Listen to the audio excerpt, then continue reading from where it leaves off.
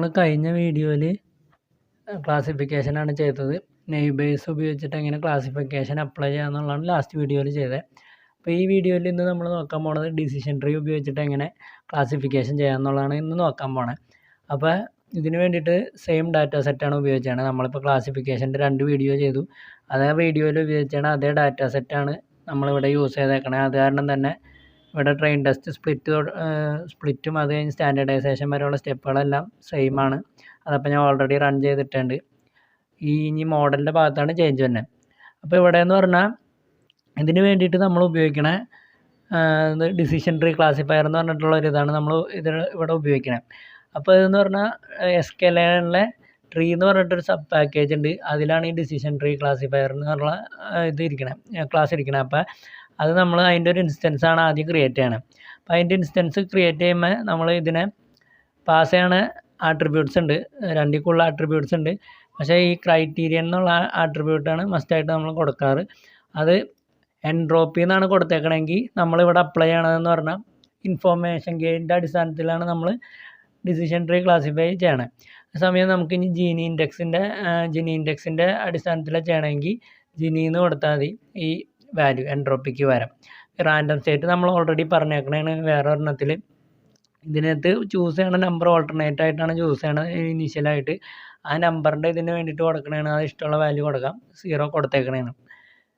അപ്പോൾ ഈ decision tree classifier ആണ് നമ്മളിവിടെ ഇതിന് ഉപയോഗിക്കേണ്ട മോഡൽ എന്ന് പറയുന്നത്. ബാലൻസ് സ്റ്റെപ്പെല്ലാം സെയിം തന്നെയാണ്.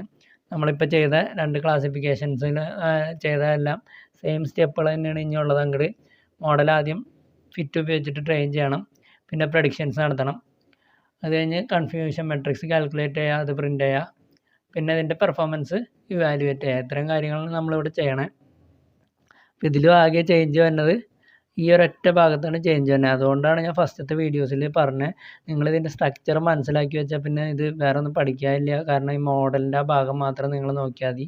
ബാലൻസ് എല്ലാം എല്ലാത്തിലും വന്ന സ്റ്റെപ്പുകളാണ് ഞാൻ ഫസ്റ്റത്തെ വീഡിയോയിൽ പറഞ്ഞിട്ടുണ്ടായി.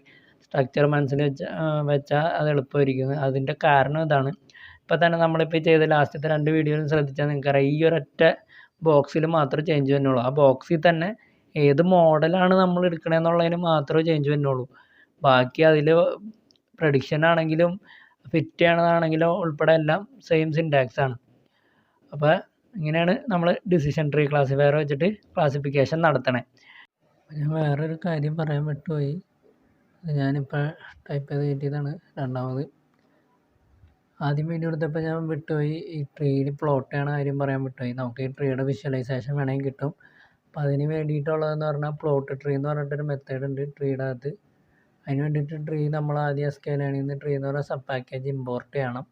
അതിൽ പ്ലോട്ട് ട്രീ എന്ന് പറഞ്ഞിട്ടുള്ള മെത്തേഡ് ഉണ്ട്. അതിലേക്ക് നമ്മുടെ ഈ മോഡലിനെ പാസ് ചെയ്ത് കൊടുത്താൽ നമുക്കതിൻ്റെ വിഷ്വലൈസേഷൻ കിട്ടും. ഞാനത് നേരത്തെ പറയാൻ വിട്ടുപോയി, ഇപ്പം എന്നിട്ട് രണ്ടാമത് എടുക്കണതാണ്. അപ്പോൾ ഇതിന് വേണ്ടിയിട്ട് ആദ്യം തന്നെ ഞാൻ ഇവിടെ ഇമ്പോർട്ട് ചെയ്തിട്ടുണ്ട്. SQLയിൽ ട്രീ എന്ന് പറഞ്ഞ സബ് പാക്കേജ് ഉണ്ട്. അതിൽ ട്രീ ഡോട്ട് പ്ലോട്ട് ട്രീയിൽ എന്ത് പാസ് ചെയ്താൽ മതി, നമ്മുടെ മോഡലിൻ്റെ പേരെന്താണോ അത് പാസ് ചെയ്താൽ മതി. എന്നിട്ട് ആ പ്ലോട്ട് ഷോ ചെയ്യാൻ വേണ്ടി PLT ഡോട്ട് ഷോ റൺ ചെയ്ത് നോക്കാം. റണ്ണായിക്കൊണ്ടിരിക്കുന്നതാണ്. ഇപ്പോൾ റണ്ണായതേ കണ്ട ഇതേപോലെ ഇവിടെ ഇങ്ങനൊരു ട്രീ നിങ്ങൾക്ക് ഔട്ട്പുട്ടായിട്ട് വരും. അപ്പോൾ ഈ ഒരു മെത്തേഡ് വെച്ചിട്ട് നമ്മുടെ ട്രീ നമുക്ക് പ്ലോട്ട് ചെയ്യാൻ പറ്റും. ഇനി നമ്മൾ അടുത്ത വീഡിയോയിൽ SVM ഉപയോഗിച്ചിട്ട് എങ്ങനെ ക്ലാസിഫിക്കേഷൻ ചെയ്യണമെന്നുള്ളത് നോക്കും.